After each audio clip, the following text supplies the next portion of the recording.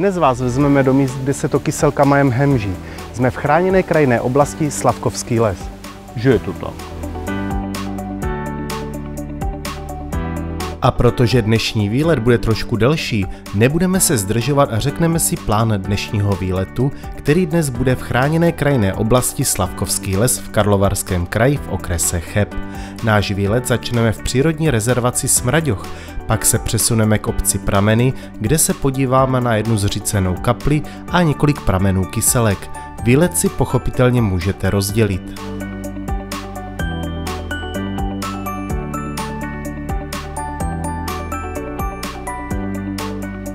No a jsme tady, přírodní rezervace Smraďoch. A myslím si, že ten název dostal oprávněně. A i když to přes kameru není cítit, zápach připomíná zkažená vajíčka. Tento zápach vyvěrá z plynových mofetů, ze kterých uniká oxid uhličitý a sulfan neboli syrovodík. Tyto vyvěrající plyny jsou jako dozvuky třetihorní a místy ještě čtvrtohorní sopečné činnosti. Zatímco převládající oxid uhličitý pochází z nitra země, syrovodík vzniká působením sirných bakterií v redukčním prostředí rašeliniště blízko povrchu. Jinak celá oblast je vrchovištní rašeliniště, proto choďte výhradně jen po vyznačených cestách. Vozíčkáři a rodiny z kočárky určitě ocení bezbariérovou značenou stezku. Nutno ještě doplnit, že přírodní rezervace byla založena 11. listopadu roku 1968 a má rozlohu 11,1 hektarů.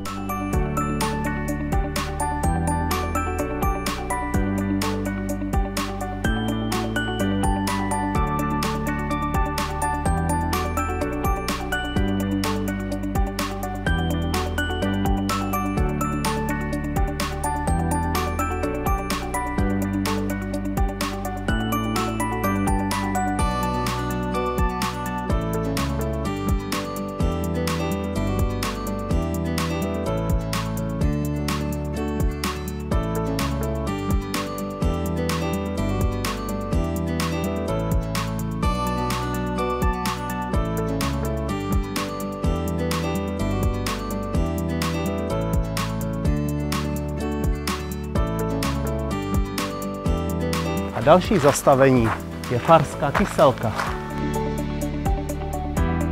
kterou můžete i ochutnat.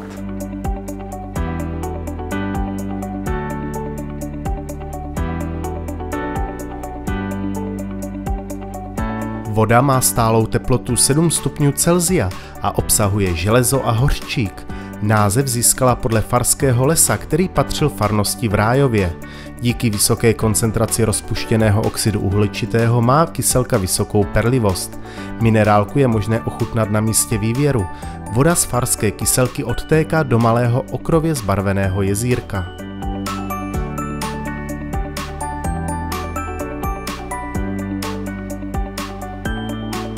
A my už jsme v obci Prameny. První písemná zmínka pochází z roku 1357. V pozdním středověku v okolí se zde těžilo stříbro a cín a tak obec dostala pojmenování hornické sídliště. Po 30leté válce v 17. století v oblasti hornictví téměř vymizelo a obyvatelstvo se přeorientovalo na zemědělství a obchod. Kyselky se zde začaly využívat zhruba v 16. století, dokonce tu později vznikly malé lázně. Ranou pro obec byla druhá světová válka, kdy oblast spadla do područí Sudet. Po konci druhé světové války došlo k vysídlení Němců a tak obec přišla o velkou část obyvatel. Zde ale příběh obce Prameny nekončí a zbytek si povíme později.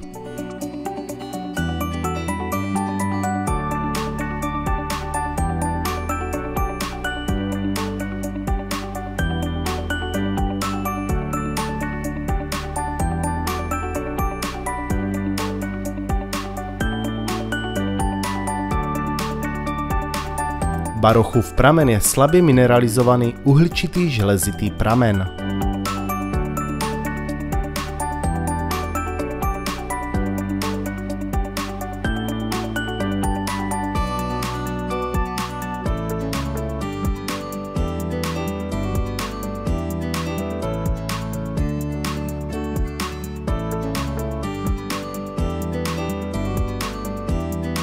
Pozdně barokní kaple pochází z roku 1750. Ta začala chátrat po odsunu německého obyvatelstva po druhé světové válce. V roce 1950 po začlenění vsi Prameny do vojenského prostoru byla kaple dále devastována. V roce 2012 byl interiér kaple revitalizován a její okolí upraveno organizací Obnova obce Prameny.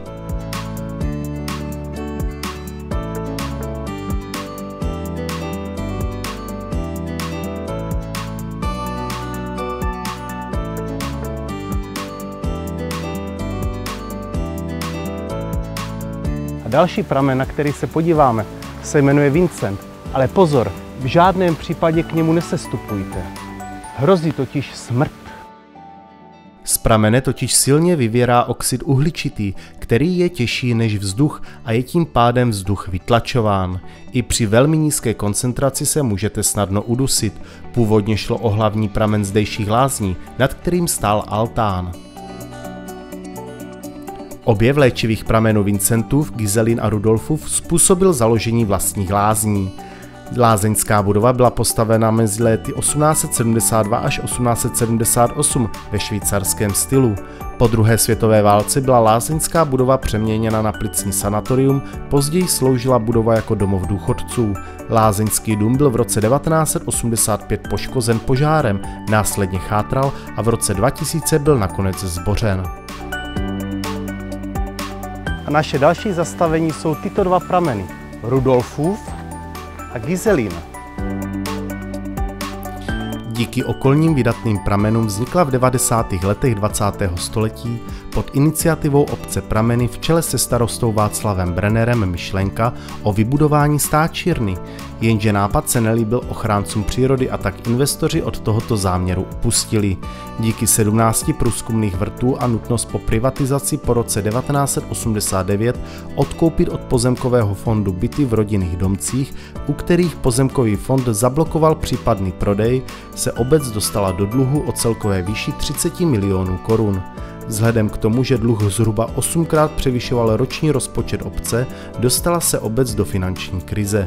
Dokonce obec dostala nechvalně proslulou nálepku nejzadluženější obec v České republice, protože dluhy postupně rostly, kdy v roce 2012 se pohybovaly až kolem 100 milionů korun.